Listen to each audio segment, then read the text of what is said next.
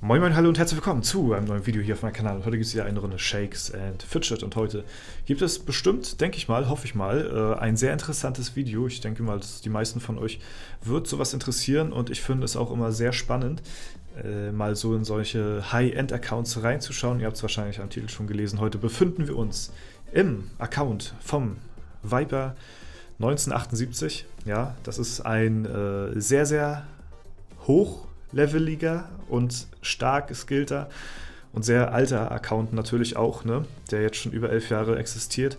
Und ja, ich finde es einfach sehr cool, solche Charts halt auch in den Videos zu zeigen und zu präsentieren und zu schauen, was diese Leute dann auch erreicht haben, weil das schon was Besonderes ist auf jeden Fall. Und ich denke mal, Viper werden die meisten von euch noch kennen. Er war bis bevor der Arena Manager draußen war eigentlich immer oder oftmals oder ich sag mal zu 80%, ich weiß es nicht ganz genau, auf Platz 1 in der internationalen Ehrenhalle, also war mit Abstand der beste Spieler in Shakes and Fidget, der stärkste Spieler. Dann kam der Arena Manager, ja, und der Arena Manager hat dann so ein bisschen einen Strich durch die Rechnung vom Viper gemacht, weil er sich gesagt hat, jo, dies mache ich nicht mit, ich möchte hier nicht so viel Geld investieren, nur damit ich mir noch mehr Vorteile erarbeite und hat aufgrund dessen seine Platz 1 Platzierung verloren in der internationalen Ehrenhalle und ist sehr weit abgesackt, ist jetzt auch Platz 2, glaube ich, momentan hier auf dem Server. Trotzdem von der Ehre noch eigentlich so gleich mit Platz 1 hier. Und das ist eigentlich sehr beachtlich, weil, ja, wie ihr ja wahrscheinlich wisst, hat der Arena Manager nicht großartig irgendwas mit Skill zu tun oder mit Können oder mit Ausdauer, sondern einfach nur, wer bereit ist, mehr Geld als der andere in den Arena Manager zu stecken, der ist halt weiter vorne. So ist das nun mal, ne? Wer viel mehr Geld ausgibt, der ist auch viel schneller und viel weiter vorne. Und ja, das hat halt nichts mit Ausdauer und so zu tun, ne, sondern einfach nur Pay to Win an der Stelle. Ja. Der Viper hat sich gesagt, nö, das mache ich nicht mit, ich gebe meine Platzierung auf und möchte aber trotzdem noch einigermaßen vorne mit dabei sein. Und das hat er trotz dessen, dass der Arena Manager draußen war, geschafft. Ja, ich lese euch mal ein paar Eckdaten zu diesem Account vor und dann gucken wir mal jetzt kurz noch in den Free Try rein hier, denn das darf ich soweit machen. Wurde mir gesagt, ich hatte ein paar Fragen gestellt, weil mich auch vieles interessiert hat. Auch zum Beispiel zu seiner Skillung. Ja, wir sehen hier ja, wir gucken mal kurz auf die Werte hier. Er hat hier 66.500 auf Stärke und fast das gleiche auf Ausdauer. Ja, er skillt 50-50. Da kommen wir später nochmal zu, warum er das so macht, für die Leute, die es interessiert. Ja, auf jeden Fall dranbleiben. So, wir machen mal einen Dungeon-Kampf hier gegen den Ares. Ihr seht in der Unterwelt oder in der Schattenwelt, klar, Lichtwelt ist alles fertig. Hier fehlen ihm noch 3 Etagen und dann hat er hier auch soweit alles geklärt. Ja, und ein paar Sachen hatte ich ihn gefragt, die mich auch interessiert haben. Und die lese ich euch jetzt natürlich nochmal vor. Er hatte zum Beispiel seinen Account am 8.5.2010 erstellt. Ja, also etwas über 10 Monate, nachdem Shakes and Fidget rauskam. Ne? Also er ist schon über 11 Jahre dabei. So, nach Serverstart hatte ich dann gefragt, ob er ohne Pause mal durchgezogen hat. Anfangs nur unregelmäßig gespielt. Erst ab der Gildengründung ist er jeden Tag dabei. Zur Gildengründung. Wir befinden uns hier momentan in der besten Gilde, in der stärksten Gilde, die es momentan in Shakes and Fidget gibt. Es gibt keine Gilde, die momentan stärker ist als die Gilde, in der wir uns jetzt gerade befinden und in der Viper auch drin ist. Gucken wir auch gleich nochmal drauf kurz. Ja, dann hatte er auch mit Pilzen gespielt und seitdem hatte er so fast, so glaubt er zumindest, keine Alu mehr verpasst. Und am 1. Oktober zum Oktoberfest, als es da diesen Bug gab, hatte der den auch nicht weiter großartig ausgenutzt, sondern regulär gespielt. Geldinvestition hatte ich dann noch gefragt, weil Viper jemand ist, wie ihr schon am Arena Manager seht, der moderat spielt und nicht übermäßig viel reinpilzt, wahrscheinlich noch weniger als ich. Es ist natürlich auch noch umso mehr krass, dass er so ein Level erreicht hat, ne, mit sehr wenig Pilzeinsatz. Ihr seht ja, der Arena Manager ist so gut wie gar nicht ausgebaut. Ja, er hat gesagt, es ist schwer zu sagen, wie viel genau, weil viel durch weil ich viele bezahlte Pilze durch Coupons und alte Flimmerkisten, ist ja bei mir genauso, oder durch Flimmerkisten damals habe ich mir viel zusammen finanziert, ne? Damals als es noch Pilze für Flimmerkisten gab. und Gewinnspiele. Ne? Aber ist dennoch im humanen vierstelligen Bereich, sagt er jetzt, ab der letzten Neuausrüstung. So, dann hatte er noch gesagt, dass ja stimmt, dann hatte ich noch zu seiner Spielweise gefragt noch. Er schrieb dann dazu, ich gehe fast ausschließlich auf Gold. Ich hatte dann gefragt, ob er mehr Gold- oder XP-Spieler ist. So, ne? Ausnahmen sind nur bei Epic in den Quests, dann nimmt er natürlich das Epic mit. Anderes XP-Gold-Verhältnis mitunter, wenn Daily Quest eine bestimmte Gegend fordert, dann sucht er dann nach der Gegend dann auch noch. Das mache ich nicht mal, ja, ich lasse das dann einfach so durchlaufen, weil ich finde, das einfach zu, meistens bekommst du diese Gegend halt nicht und wenn, dann ist da so eine schlechte Quest mit bei meistens, dann lohnt sich das gar nicht. So, was selbst damals bei Group 460 auf Gold gewechselt. Also er hat mit Stufe 460, soweit ich das verstanden habe, auf Gold geswitcht, weil mich im PvP sehr viele bezwingen konnten und mich so abgefarmt haben. Geht mir ja genauso. Ich bin halt auch jetzt immer noch auf XP gepilgt, geeicht, sag ich mal. Ne? Also ich spiele immer noch sehr viel auf XP, versuche das aber immer noch zu Gold-Events natürlich auf Gold. Und ansonsten versuche ich immer immer so die beste Quest mitzunehmen. So. Wir gucken noch mal kurz in die Post rein. Er hatte nämlich noch Kämpfe gespeichert hier. Nämlich das waren irgendwie wohl seine Kämpfe, die gegen Ares wohl sehr knapp waren. Da gucken wir jetzt auch noch mal rein. Ja. Während wir hier kurz mal weiterlesen. Dann was hatte er noch? Weil ihn sehr viele abgefarmt hatten. Zur Skillung, ne? Jetzt wird es interessant, warum skillt der Viper 50-50? Ne? Das wird, denke ich mal, auch am meisten gefragt. So. Wir hatten damals in der Gilde mal durchgerechnet und für Krieger hatte sich ergeben, dass eine 50-50 Skillung mehr bringt als eine Skillung mehr zu Stärke. Mittlerweile hat sich das Spiel geändert und mehr Stärke könnte wieder mehr bringen, aber meine Erfolge geben mir zumindest soweit recht, dass 50-50 nicht so falsch sein können. Aber ich betone bei dieser Frage auch immer, dass dies für Krieger gilt, wohingegen die Kundi- und Magierklassen durch ihre generelle Tendenz zu mehr Schaden und weniger Leben wohl besser bei einer Verteilung zugunsten ihres Hauptattributs aufgehoben sind. Also Krieger sind besser dabei, wenn man sie auf Leben spielt, also besser gesagt 50-50, auf Schaden sowie Leben, ne, weil es da am meisten bringt, und die Magier sind halt wirklich, so wie die Kundis eigentlich auch, halt eher wirklich von ihren Schaden abhängig, und deswegen ist es da auch besser, ein bisschen mehr in das Hauptattribut reinzuskillen. Ja, auch nochmal für die Leute, die vielleicht fragen, wie sie am besten skillen sollen. Ist vielleicht nicht das beste Beispiel, aber wenn wir uns mal unsere beiden Chars vergleichen, also er meint jetzt mein Char und sein Char, aber selbst auch andere, so fällt schon auf, dass ich mit meinem Skillverhalten und als Goldspieler doch im Dungeon-Vergleich recht gut mithalten kann, obwohl ich beispielsweise mangelnde Runenboni habe.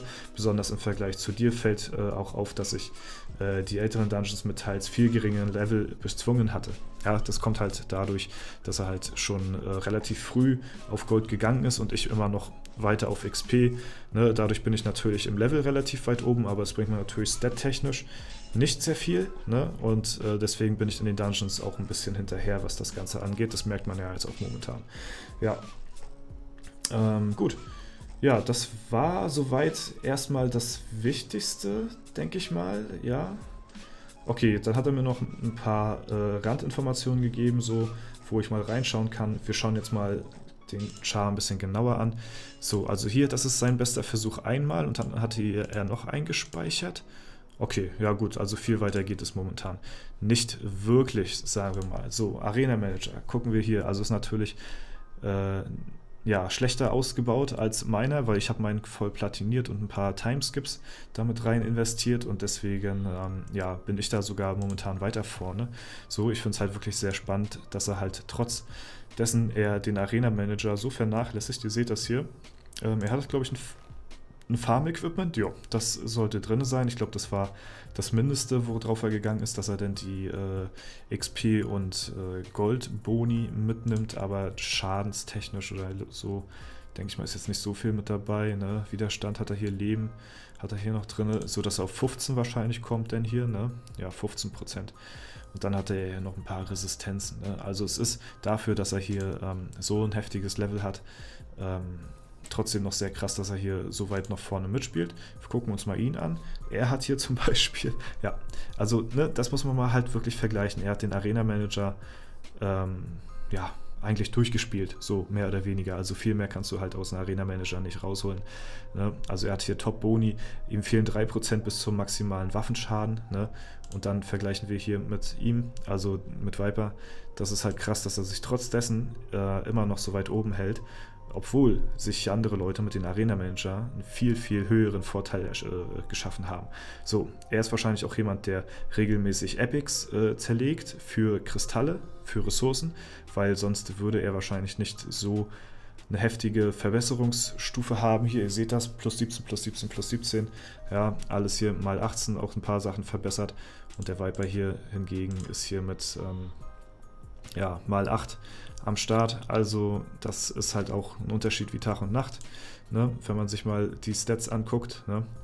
Ja, also das ist schon heftig. Dann hat er hier noch die Edelsteine, das sind momentan seine besten. Er hat hier momentan eine Edelsteinmine von 60. Ja, er ist hier nicht weiter auf die Schatzkammer gegangen, so wie ich das sehe. Und hat dafür 1216 hier sein bester Edelstein. Ich würde sagen, das sind etwa 200 Stats mehr als bei mir. Ich bin aber halt auch, wie gesagt, auf die Schatzkammer gegangen. Ja, Unterwelt ist klar, hier 58 hat er jetzt hier momentan die Goldgrube. Ne? Zeitmaschine läuft voll, will er wohl voll laufen lassen, so wie ich das sehe. Akademie können wir auch mal abholen. Hier für die Leute, die es interessiert, ist auch sehr, sehr spannend. Ne? Im Vergleich zu mir mal, ich will das mal jetzt mal ganz kurz vergleichen. Mal gucken, wie weit das bei mir geht. Er hat hier mit Stufe 559 Erfahrung pro Stunde aus der Akademie. Sagen wir mal 150.000 so pro Stunde. So, ich bin Stufe 530. Ja, jetzt ist es mein Account. Und habe 187, ja. 187k pro Stunde. Also es geht noch rapide weiter runter mit der Erfahrung pro Stufe. Was mich jetzt aber mehr interessiert, ist tatsächlich auch die Goldgrube. Da habe ich eine Produktion, warte mal, was ist unser Level hier? Okay, er ist 1 über mir und hat, also ich habe 3,4 Millionen pro Stunde und er hat hier tatsächlich 4,6. Also da muss ich sagen, da macht das Level auch tatsächlich wirklich unglaublich viel aus, was die Goldgrube angeht. Ne? Also ist ja klar, dass die Erfahrung sinkt pro Level, dafür steigt aber das Goldeinkommen pro Level. Ne? Also das ist schon heftig, mal so den direkten Vergleich so zu sehen. Ja, also finde ich schon ziemlich krass. So, er hat ja auch noch einen Gildenrate, das ist wohl, ja stimmt, wir gucken mal in die Gilde rein.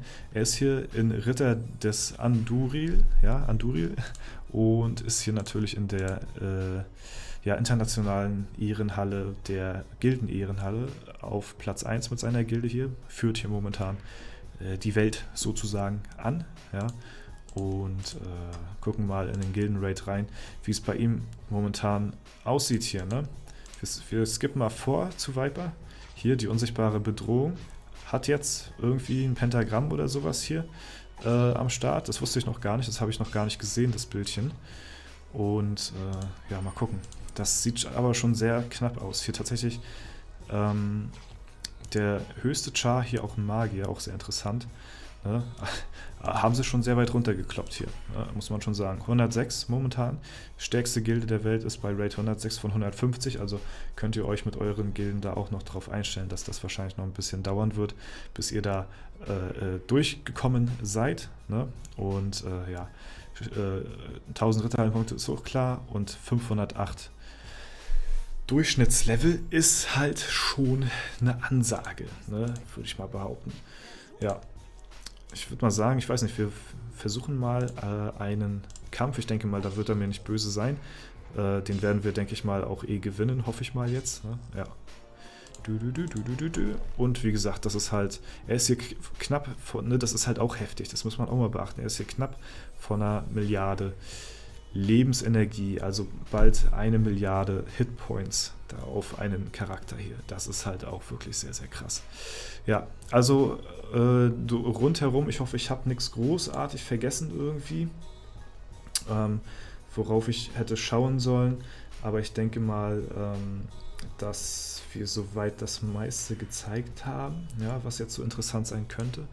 Und falls ihr noch irgendwelche Fragen zu diesem Charakter habt, dann könnt ihr die gerne in die Kommentare stellen. Ich gehe mal von aus, dass der Viper hier mal ab und zu mal in die Kommentare schaut und sich vielleicht mal ein paar Fragen durchlesen wird zu seinem Charakter hier. Und ja, ich finde es halt, wie gesagt, sehr, sehr beachtlich, solche Charaktere mal zu zeigen, und finde es auch schön, dass sich die Leute dann tatsächlich auch bei mir melden und dann ja, man sich so absprechen kann und ja, dadurch dann eine coole Sache hier dann entsteht, und ihr habt ja dadurch dann auch was von, ihr könnt da sehr viel von lernen, von solchen Spielern, und deswegen ist es eine Win-Win-Win-Situation an der Stelle. Und jo, das war's soweit zu diesem Video. Ich hoffe, es hat euch gefallen. Sehr interessant, auf jeden Fall mal hier in dem Account direkt drinne zu sein. Und ja, ich glaube, er hat auch einen YouTube-Channel. Ich weiß nicht, ob man hier über diesen Link jetzt auf seinen YouTube-Channel kommt oder so. Das weiß ich jetzt nicht. Aber ansonsten Viper auf YouTube. Ja, ich weiß jetzt nicht, was das für ein Link ist hier, aber keine Ahnung. Aber ansonsten Viper 1978 auf YouTube müsstet ihr, glaube ich, dann auch darunter finden. Jo, gut, das war's dann soweit. Ja, ich habe es, glaube ich, ja schon mal gesagt. Und ja, wie gesagt, falls euch das gefallen hat, lasst gerne eine Bewertung und einen Kommentar dazu da. Ich finde es halt sehr cool, solche Chars hier zu ehren. Und ja, das war's soweit von mir. Ich wünsche euch noch einen super schönen Tag. Vielen Dank fürs Zuschauen. Haut rein und bis zum nächsten Mal.